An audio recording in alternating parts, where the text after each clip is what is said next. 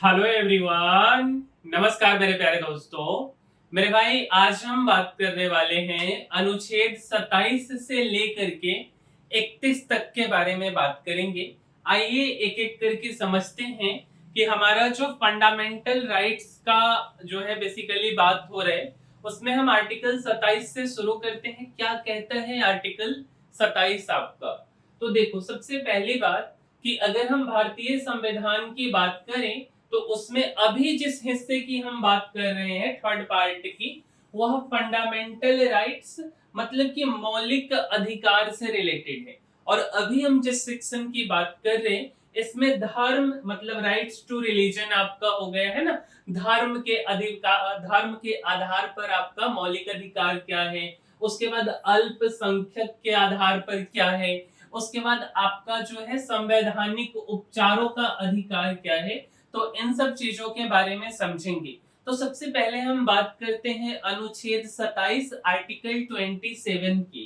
तो मेरे भाई, जो आर्टिकल 27 है, इसका कहना है कि किसी धर्म के प्रचार के लिए कर कर का मतलब होता है टैक्स देने की स्वतंत्रता। अब देखो, कल होकर के जो है ये अमिताभ बच्चन जो है भाई साहब यह कहे कि भाई सरकार है ना। अब यार, इस सरकार की बात नहीं कर रहे, असल में सरकार ये है, ठीक है, हमारे प्रधानमंत्री, देश के प्रधानमंत्री नरेंद्र मोदी जी। और ये कहें कि देखो भाई, अब हमें हिंदू धर्म बचाने की जरूरत है मित्रों, प्यारे देशवासियों। अब हर एक लोगों को पैसे देने की जरूरत है धर्म बचाने के लिए। तो यह इनका चुनावी जुमला हो सकता है, बट अगर हम संविधान की बात करें तो हम इसके लिए टैक्स देने के बाध्य नहीं है, ठीक है। वैसे अच्छे प्रधानमंत्री हैं, थोड़ा सा जो है अपना क्या बोल सकते हैं, छोड़िए, फिर मुद्दा गड़बड़ हो जाएगा। तो समझिए पहले, जैसे हम सरकार की बात करते हैं, अब सरकार का मतलब ना हम आपको अनुच्छेद में ऑलरेडी बता चुके हुए हैं, ठीक है, कि सरकार मतलब आप राज्य मत समझिएगा, सरकार मतलब जो भी गवर्नमेंटल बॉडीज हैं। तो जो सरकार है, यह किसी नागरिक से जबरदस्ती टैक्स नहीं ले सकती है, ठीक है।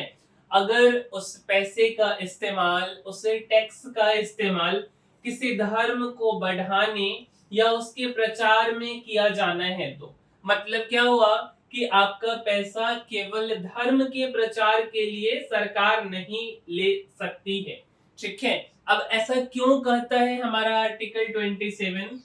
तो मेरे भाई, अपना जो देश है भारत, ठीक है, यह एक सेकुलर कंट्री है। क्या होते है सेकुलर का मतलब? धर्म निरपेक्ष कंट्री है।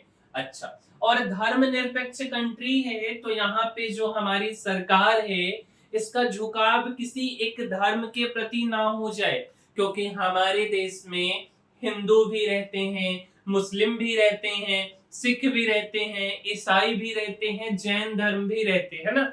तो इसमें से किसी एक के प्रति अगर सरकार का झुकाव हो जाएगा, तो बचे हुए जो बाकी धर्म हैं उनके साथ पक्षपात हो जाएगा, और इसलिए सरकार ऐसा नहीं कर सकती है।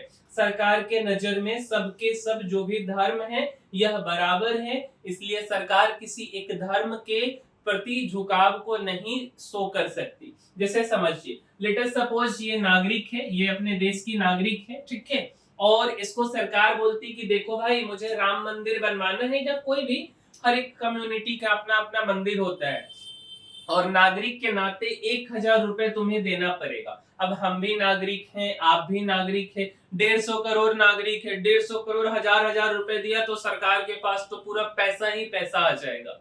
फिर समझ रहे क्या से क्या हो जाएगा। और अगर सरकार ऐसा कहती है तो यह आर्टिकल 27 का जो है वायोलेशन होगा, मतलब हम आर्टिकल 27 जो अधिकार देता है, इसका हम लोग अवहेलना करेंगे इस राइट्स का, ठीक है। तो ऐसा सरकार नहीं कर सकती है, चाहे वो मुद्दा कुछ भी हो, बोले कि मंदिर को पुनः बनवाना है, या रिपेयरिंग वर्क है, या कोई और काम है। किसी भी कौम के लोग, किसी भी कौम के लिए सरकार लोगों से पैसा नहीं मांग सकती है। क्या यह बात आपको समझ आ गया? अब एक बार रिकॉल कर लीजिए कि आपका जो अनुच्छेद 27 है क्या कहता है। तो इसका मेन जो विषय है कि किसी धर्म के प्रचार के लिए टैक्स देने की स्वतंत्रता। आप किसी भी धर्म से हो, इस धर्म के लिए आपको टैक्स पैसा सरकार को देने की कोई जरूरत नहीं है। क्या कहता है कि नागरिक को किसी धर्म के प्रचार के लिए टैक्स देने को मजबूर नहीं किया जा सकता। इसका उद्देश्य क्या है कि भारत एक सेकुलर कंट्री है, धर्मनिरपेक्ष कंट्री है, और किसी एक के साथ हम भेदभाव या पक्षपात नहीं कर सकते हैं। उदाहरण, सरकार किसी एक धर्म के मंदिर या मस्जिद के लिए टैक्स नहीं ले सकती है। अब हम बात करते हैं अनुच्छेद 28 की। तो आइए आर्टिकल 28 क्या कहता है। तो इसका कहना है कि धार्मिक शिक्षा या उपासना, जिसे हम पूजा पाठ कहते हैं, इसमें भाग लेने के लिए स्वतंत्रता। यह कहना है किसका? तो आर्टिकल 28 का। इस बात का क्या मतलब हुआ? लेट अस सपोज ये जो मैडम लोग हैं ये सब नागरिक हैं अपने कंट्री की, ठीक है। अब जस्ट ये समझाने के लिए उदाहरण है, तो ये मैडम लोग नागरिक हैं हमारे देश की, और ये लोग किस कैटेगरी से आती है? तो इनको हम बोल सकते हैं कि जेनजी जनरेशन है। और जेनजी जनरेशन का क्या मतलब हुआ?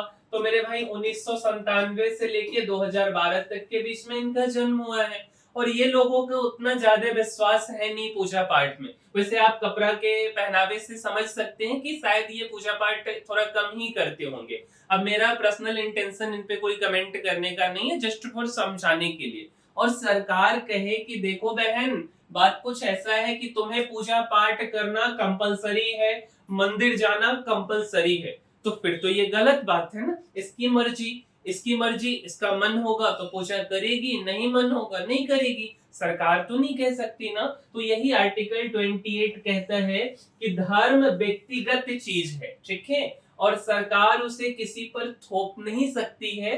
तो ये मैडम चाहे तो पूजा करे, ना चाहे ना पूजा करे।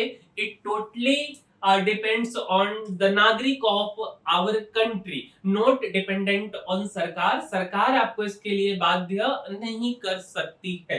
अच्छा, और समझिए, अब जो आपका अनुच्छेद 28 है ना, इसको 3 भागों में बांटा गया हुआ है, ठीक है। इसको हम लोग क्लॉज बोलते हैं। तो सबसे पहला क्लॉज आपका क्या कहता है? तो सबसे पहला सा क्लॉज, जैसे ये सरकारी स्कूल है या सरकारी कॉलेज है, तो सरकारी स्कूल में या सरकारी कॉलेज में सरकार कभी ये नहीं बोल सकती कि भैया भगवत गीता जो है कि कंपलसरी है, या अगर किसी दूसरे धर्म का कॉलेज है या किसी दूसरे कम्युनिटी का, मेजोरिटी कम्युनिटी वहां पे कोई दूसरा है, तो उस केस में बाइबल हो गया या कुरान हो गया या किसी और धर्म का कोई और बुक भी तो हो सकता है ना, धर्म ग्रंथ तो हो ही सकता कि भाई हमारे यहाँ पे अगर जो है कि यह चीज पढ़ना कंपलसरी है, इसको पढ़ाया जाए, यह सरकार नहीं कह सकती।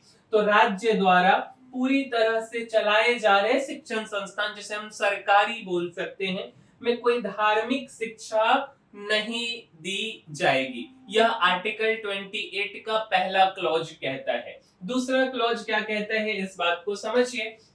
दूसरा कहता है कि राज्य द्वारा सहायता प्राप्त या मान्यता प्राप्त शिक्षण संस्थानों में किसी छात्र को धार्मिक शिक्षा या पूजा में भाग लेने के लिए बाध्य नहीं किया जाएगा। जैसे ये जो सरकारी स्कूल है ना, मान लीजिए कि यह पूर्ण सरकारी स्कूल नहीं है, यह अर्ध सरकारी स्कूल, जस्ट फॉर हम मानने के लिए बोल रहे। पहला में क्या था आपका कि पूर्ण सरकारी की बात कर रहे थे। दूसरे क्लॉज की हम बात करें जो कि पूर्ण सरकारी नहीं है, कुछ पैसा सरकार से लेती है अपने को चलाने के लिए। ऐसे भी काफी सारे कॉलेजेस हैं, है ना। तो अगर उनको हम बोले, उनको बोला जाए कि देखो भाई, अब आपके जो बच्चे हैं इसको मंदिर जाना कंपलसरी है, तो फिर ये तो गड़बड़ हो जाएगा कि सरकार कुछ मदद कर रही है, बदले में जिस भी धर्म की सरकार है, अब किसी धर्म की सरकार नहीं होती है, लेकिन सरकार का झुकाव किसी धर्म के प्रति होता है। तो अगर ऐसा बोले, बाध्य करे, तो यह आर्टिकल 28 का वायोलेशन हो जाएगा, आर्टिकल 28 के क्लॉज 2 का। तो ऐसा सरकार आपको नहीं कह सकती। अब आते हैं हम क्लॉज 3 पे।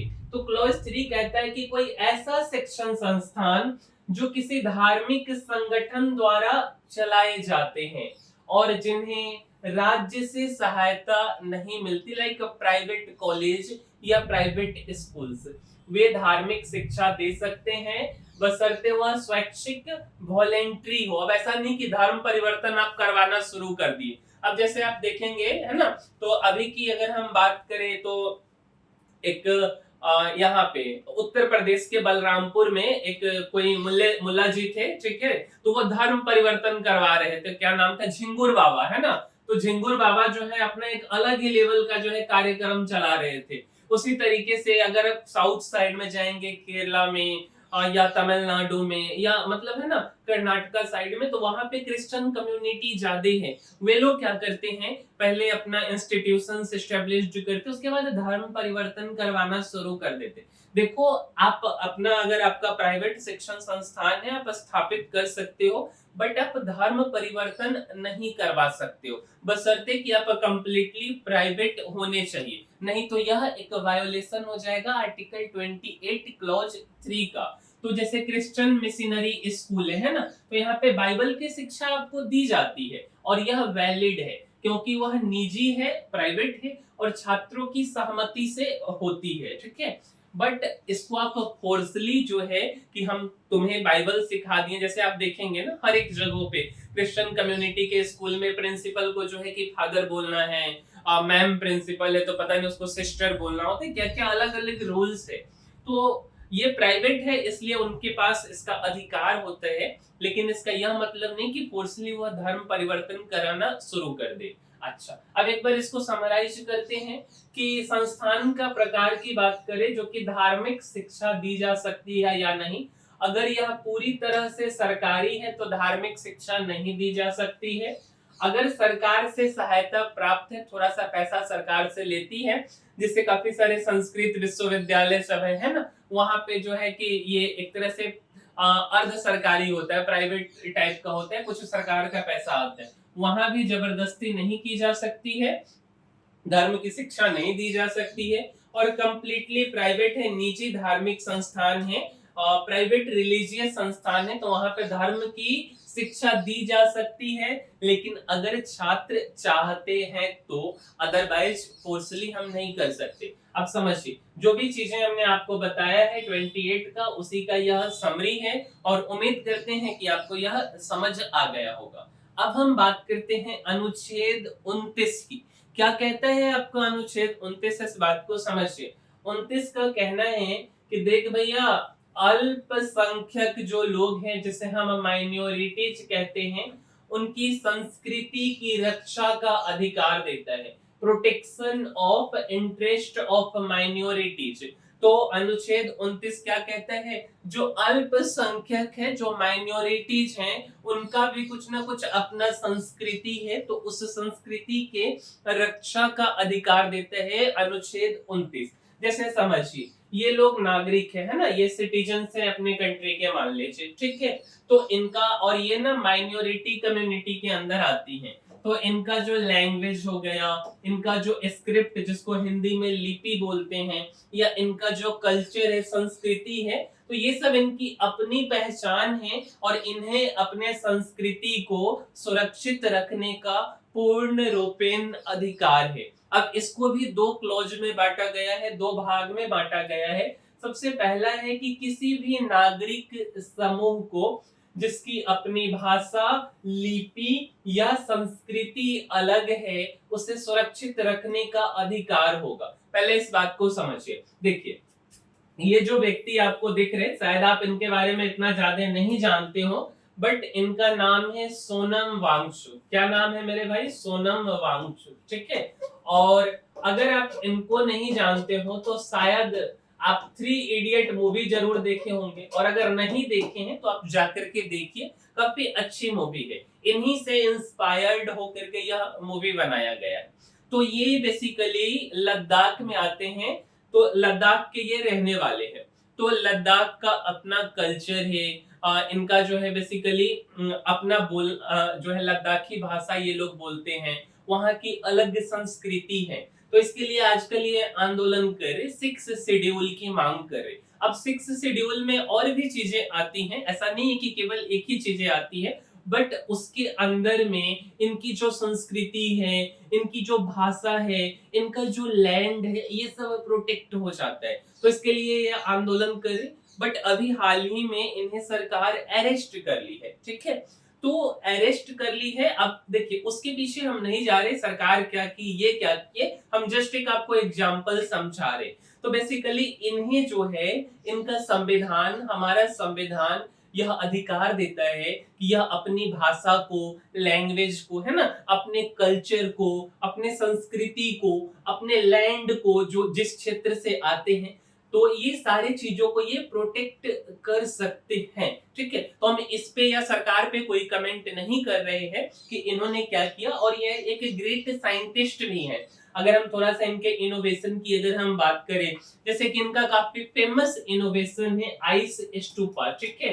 तो ये जो है एक तरह से दुनिया में पहला इनोवेशन है। इनका इंस्टीट्यूट चलता है, हियाल चलता है, सिकमोल, ये सब इंस्टीट्यूट चलते हैं। 2019 में हम इनसे आईआईटी रुड़की में मिले भी हुए थे। तो काफी शानदार व्यक्ति हैं ये, और देश के लिए काफी अच्छे व्यक्ति हैं। वो अलग बात है कि सरकार आज इनके ऊपर आरोप लगाई है, मैटर क्या है ये सरकार जाने, और सरकार क्या डिसीजन लेती है उनका अपना एक अलग सिस्टम होते हैं। बट इनके पास जो अधिकार है, हम यह आपको समझाना चाह रहे कि इनका जो अपना भाषा है लद्दाखी, है ना, इनकी कुछ लिपि है, या इनकी संस्कृति को बचाना है, और इसी को लेकर के तो सारा मामला चल रहा है कि वहां की जो जमीन है लद्दाख की, वह जमीन इंडस्ट्रियलिस्ट को ना दिया जाए। इससे जो है अब क्या बोल सकते हैं, वहां खनन होगा। बट देश के विकास के लिए तो जरूरी है कि खनन हो, लेकिन साथ साथ आने वाले समय में जो ग्लेशियर्स हैं, जो हिमालयन रीजन है, तो इन सब पे भी नुकसान हो सकता है। तो ये सब काफी बड़ा मैटर है, इसको किसी और वीडियो में समझा देंगे। तो सरकार लेकिन इन चीजों को अगर यह प्रोटेक्ट करना चाहते हैं, तो सरकार उसे मना नहीं कर सकती या उसे रोक नहीं सकती। तो पहला क्लॉज तो 29 का आपको समझ आ गया। अब दूसरे क्लॉज के बारे में हम आपको समझाते हैं कि कोई भी नागरिक है उसको केवल धर्म के आधार पर, जाति के आधार पर, भाषा या वंश के आधार पर किसी भी राज्य द्वारा संचालित या सहायता प्राप्त शिक्षण संस्थान में प्रवेश से वंचित नहीं किया जा सकता। क्या मतलब हुआ? लेट अस सपोज ये लोग किसी एक कम्युनिटी से आते, ठीक है, और मान करके चलो ये लोग हिंदू कम्युनिटी से आते हैं, हिंदू से आते हैं, इनका धर्म हिंदू है, हो सकता है हिंदू में कोई और जाति हो, इनका भाषा कुछ हो। अब अगर ये किसी मुस्लिम रीजन में चले जाए, मुस्लिम कॉलेज में, और वो बोले कि भाई तेरा एडमिशन नहीं होगा, दैट मींस आर्टिकल 29 का यह वायोलेशन है। क्या यह बात समझ आ गया? तो आर्टिकल 29 क्या कहते हैं? तो कहता है कि अल्पसंख्यकों की संस्कृति और शिक्षा की सुरक्षा देती है। यह किन पर लागू होते हैं? तो सभी नागरिकों पर यह बेसिकली लागू होता है। इसका उद्देश्य क्या है? तो इसका उद्देश्य है कि सांस्कृतिक विविधता को बनाए रखना। जैसे उदाहरण के लिए मान लीजिए कि बिहार में तमिल भाषी लोग आ जाते हैं ना, तो ऐसा नहीं है कि इनका जो राइट्स है वे इनको ना दिया जाए, ये तमिल भाषा ना बोले ना सीखे, है ना। जैसे नागालैंड में कुछ हिंदू कम्युनिटी चले जाएं, तो जो भी हिंदू का राइट है वो उसे मिलेगा। सिख हो गया, मुस्लिम हो गया, ये सब लोग अपना अपना जो भी इनकी संस्कृति है, भाषा है, उसे बचा सकते हैं। मुख्य जो इनका मतलब मुख्य रूप से इसके अंदर जो राइट्स मिलता है वो लैंग्वेज को लेके है, स्क्रिप्ट को लेकर के, लिपि, कल्चर था, है ना, उसके बाद एडमिशन को लेकर के, इन सब चीजों का राइट्स इसके अंदर दिया जाता है। अब हम बात करते हैं आर्टिकल 30 के बारे में। तो आर्टिकल 30 क्या कहते हैं कि अल्पसंख्यकों को शिक्षण संस्थान स्थापित करने और चलाने का अधिकार है। क्या कहता है कि जो अल्पसंख्यक लोग हैं वह अपना शिक्षण संस्थान स्थापित कर सकते हैं और उसे चला सकते हैं। मींस की right of minorities to establish and administer educational institutions. अच्छा, इस बात को समझिए। लेट अस सपोज कि मुस्लिम कम्युनिटी हो गया, या सिख हो गया, क्रिश्चियन, बुद्धिस्ट, जैन, पारसी या हिंदू, ये सब लोग हो गए। अब मान लीजिए इसमें भी कुछ जो कास्ट हैं वो माइनॉरिटीज में, अल्पसंख्यक में आते हैं, है ना।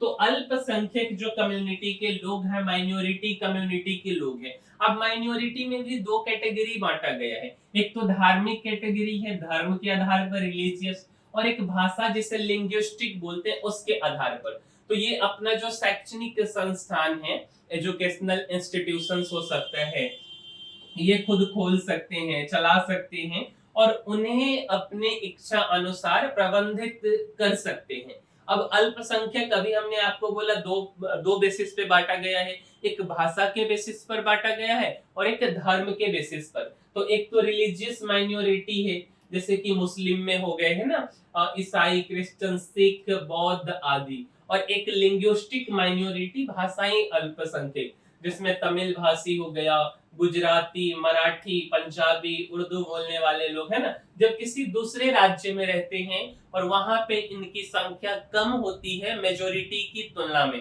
जैसे मान लीजिए कि बिहार में मान के चलिए कि केवल हिंदू रह रहे हैं और यहाँ पे 10-20 परिवार मुस्लिम हो जाए, डेट मीन्स यहाँ पे मुस्लिम माइनॉरिटी है। जैसे नागालैंड में चले जाइए, वहाँ हिंदू की संख्या कम है ना, तो वहां पे क्या हो जाएगा, ये लोग माइनॉरिटी हो जाएंगे। तो जो लोग भी, हम जस्ट एक एग्जांपल दे रहे हैं। तो यहाँ पे दो क्लॉज है, दो भाग है इसके। तो इस बात को समझिए। सबसे पहला क्या कहता है कि जो भी अल्पसंख्यक है, सभी अल्पसंख्यकों को, चाहे वो धर्म या भाषा के आधार पर हो, अपने इच्छा अनुसार शैक्षणिक संस्थान स्थापित करने और चलाने का अधिकार होगा, केवल अल्पसंख्यक को। एग्जाम्पल में समझिए, ये अलीगढ़ मुस्लिम यूनिवर्सिटी है, तो मुस्लिम समुदाय के द्वारा स्थापित किया गया है। यह ईसाई समुदाय के द्वारा स्थापित किया गया है, ईसाई का कोई जो है कि कॉलेज है। उसी तरीके से अगर मान के चलिए कि ये सिख कम्युनिटी के द्वारा स्थापित किया गया, तो हर लोगों, जो भी माइनॉरिटी कम्युनिटीज हैं, वो अपने अकॉर्डिंग कॉलेज या इंस्टीट्यूशंस की स्थापना कर सकते हैं, चला सकते हैं। यह आर्टिकल 30 के अंतर्गत आता है। इसका दूसरा क्लॉज क्या कहते हैं कि राज्य किसी भी शिक्षण संस्थान को जो अल्पसंख्यक द्वारा चलाए जा रहे, केवल इस आधार पर सहायता, ग्रांट इन एड देने से मना नहीं कर सकता कि वह किसी धर्म या भाषा से जुड़े हुए हैं। इस बात का क्या मतलब हुआ कि मान करके चलिए कि ये मुस्लिम क्रिश्चियन कम्युनिटी का सेंट मैरी स्कूल है, किसी कारण बस इसके पास पैसा का अभाव हो गया, सरकार से गुहार लगाई, सरकार से मदद मांगती है कि देखिए मेरे पास अभी थोड़ा सा पैसा की अभाव है और अभी हम अपने संस्थान को नहीं चला पा रहे, तो क्या आप हमारी मदद करेंगे। तो सरकार यह नहीं बोल सकती कि देखो भैया हमारी हिंदू की देश है और आप क्रिश्चियन कम्युनिटी से आते हो, तो हम आपको मना कर देंगे पैसा देने से, ऐसा नहीं कर सकती है। अब अनुच्छेद 29 और 30 में फिर क्या अंतर है, तो 29 बेसिकली बोलता है संस्कृति और शिक्षा की सुरक्षा देता है, 30 जो है शैक्षणिक संस्थान खोलने का अधिकार देता है। 29 सभी नागरिकों पर लागू है, 30 केवल अल्पसंख्यक माइनॉरिटीज पे लागू है। इसका 29 का उद्देश्य है सांस्कृतिक पहचान की रक्षा, 30 का उद्देश्य है अपने संस्थान स्थापित करना माइनॉरिटीज के लिए। ठीक है, तो ये सारी बातें आती हैं 29-30 में। अब हम बात करते हैं अनुच्छेद 31 की। सबसे पहली बात, अब अनुच्छेद 31 फंडामेंटल राइट्स के अंदर में नहीं आता है। जैसे हमने आपको 19 बताया था, आर्टिकल 19 आपको हमने समझाया था, और 19 का हमने बोला था 6 पार्ट आपको समझाया था। बट आपको एक बात और बताया था कि 19 में 7 पार्ट एक जमाने में हुआ करता था, जो 44th अमेंडमेंट एक्ट के बाद में 1978 के बाद में इसे हटा दिया गया। ठीक है, तो वह था राइट टू प्रॉपर्टी से रिलेटेड, जमीन से रिलेटेड, है ना, तो उसको हटा दिया गया। तो उसी तरीके से अनुच्छेद 31 जो है, जिसको फंडामेंटल राइट से हटा करके लीगल राइट्स में ले आया गया है। समझिए, पहले इसको हम समझाते हैं कि अनुच्छेद 31 क्या कहता था। तो यह कहता था कि हर व्यक्ति को अपनी संपत्ति, मतलब कि प्रॉपर्टी रखने, उसे इस्तेमाल करने, बेचने और सरकार द्वारा छीने जाने पर मुआवजा, कंपेंसेशन पाने का अधिकार है। यानी किसी की जमीन या मकान सरकार बिना उचित कारण और मुआवजे के नहीं ले सकती थी। ठीक है, अच्छा, तो संविधान की पहले की क्या स्थिति थी कि जब 1950 में संविधान लागू हुआ, तब राइट टू प्रॉपर्टी एक फंडामेंटल राइट हुआ करता था। बट उस समय जो है बेसिकली यह कहां कहां पे आता था, तो अभी हमने आपको बताया आर्टिकल 19 का जो है एफ पार्ट मींस 6 भाग में ये आता था, और आर्टिकल 31 में आता था। तो आर्टिकल 19 का जो 6 भाग था वह कहता था संपत्ति रखने का अधिकार और 31 कहता था कि संपत्ति से वंचित करने पर फंडामेंटल राइट्स के नियम है। अब इसके कारण क्या गड़बड़ हो जाता था, अनुच्छेद 31 क्या कहता था पहले के समय में कि कोई भी व्यक्ति अपनी संपत्ति से तब तक वंचित नहीं किया जा सकता जब तक कि यह किसी सार्वजनिक प्रयोजन पब्लिक पर्पज के लिए न हो और उचित मुआवजा कंपनसेशन न दिया जाए। अब मान लो कि यहाँ पे पटना है और यहाँ पे दिल्ली है, अब यहाँ से रेलवे लाइन पटना से दिल्ली बिछाना है और यहाँ पे शर्मा जी का बीच में घर आ गया। अब शर्मा जी बोलेंगे कि भाई हम ये वाला जमीन नहीं देंगे, तुम अपना रेलवे लाइन ऐसे घुमा लो, सरकार को बोल दिए। अब तो सरकार समझी कि साला ये पागल हो गया हुआ है, काहे नहीं देगा जमीन। अब इसके कारण रेलवे लाइन तो घूमेगा नहीं, तो रेलवे लाइन अगर नहीं घूमेगा तो फिर तो गड़बड़ हो जाएगा पूरा, यहाँ से तो गड़बड़ हो जाएगा। या बोलेगा कि हमको 1 करोड़ रुपया चाहिए, चाहे 10 करोड़ रुपया चाहिए। मान लीजिए कि सरकार जबरदस्ती करती है तो जो है सुप्रीम कोर्ट डायरेक्ट चला जाएगा, क्योंकि इसके पास फंडामेंटल राइट 31 बोलता है कि यह इसका जमीन है और इसको अपना रखने का अधिकार है।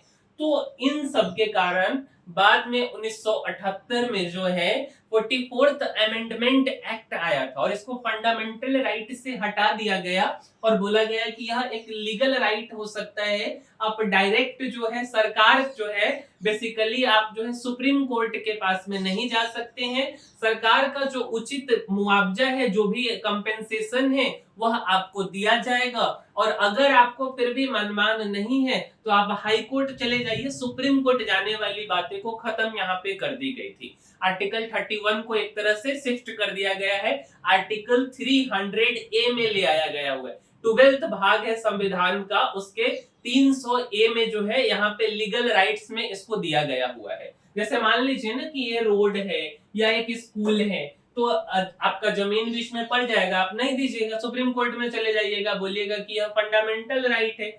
लेकिन क्या हुआ ना कि 1950 से 1970 के बीच में सरकार चाहती थी कि जो जमींदार लोग हैं उनके जमीन को गरीबों में बांट दिया जाए, ठीक है। लैंड रिफॉर्म का जो है सरकार चाहती थी, भूमि सुधार का जो है मतलब जमीन को, जमींदारों के जमीन को गरीबों में बांटा जाना था। अब क्या हुआ कि सरकार यह चाहती थी और सरकार जमीन का अधिग्रहण करना शुरू की। अब लैंड लॉर्ड्स का जो है वह जमीन लेना शुरू की। अब लैंड लॉर्ड जो है आर्टिकल 31 के तहत सुप्रीम कोर्ट चला गया। अगले सुप्रीम कोर्ट पूरा फैसला को ही बदल दिया। फिर 1978 आया धीरे धीरे, अब सरकार तो जमीन ले नहीं पाई, तो फिर 44th अमेंडमेंट एक्ट आया और आर्टिकल 31 को हटा दिया गया और अब यह फंडामेंटल राइट नहीं है। देखिए आपके पास प्रॉपर्टी का अधिकार है, लेकिन संविधान के 12वें भाग के 300A में यह लीगल राइट, कानूनी अधिकार है। सरकार का जो भी 1 डिसमिल का या स्क्वायर फीट का जो भी रुपए देती है उसका 4 गुना, गांव की संपत्ति में, शहरी संपत्ति उसका 6 गुना, अगर क्या बोल सकते हैं वह भूमि रहने लायक है 5 डिसमिल से कम या 5 डिसमिल तक है तो वह पैसा आपका थोड़ा ज्यादा मिलेगा, उसका रेट ज्यादा होगा, और उससे ज्यादा है तो वह खेती युक्त जमीन माना जाएगा, खेती युक्त जमीन का रेट कम मिलेगा। ये सरकार का अपना सिस्टम है, तो उस सिस्टम के तहत आपको पैसा मिलेगा। फिर भी आपको मनमान नहीं है तो आप हाई कोर्ट चले जाइए, सुप्रीम कोर्ट जाने का कोई प्रावधान नहीं है। तो उम्मीद करते हैं कि आपको आर्टिकल 28, 29, 30 और 31 समझ आ गया होगा। तो मेरे भाई अगर आपको यह वीडियो अच्छा लगा है, समझ आया है, कुछ जरूरी इंफॉर्मेशन हमने आप तक पहुंचाया है, तो आपको 3 काम करना है। इस वीडियो को लाइक करना है, साथ साथ शेयर भी करना है और चैनल को सब्सक्राइब भी करना है। मिलेंगे हम किसी अगले वीडियो में। इस वीडियो में इतना ही, तब तक के लिए धन्यवाद।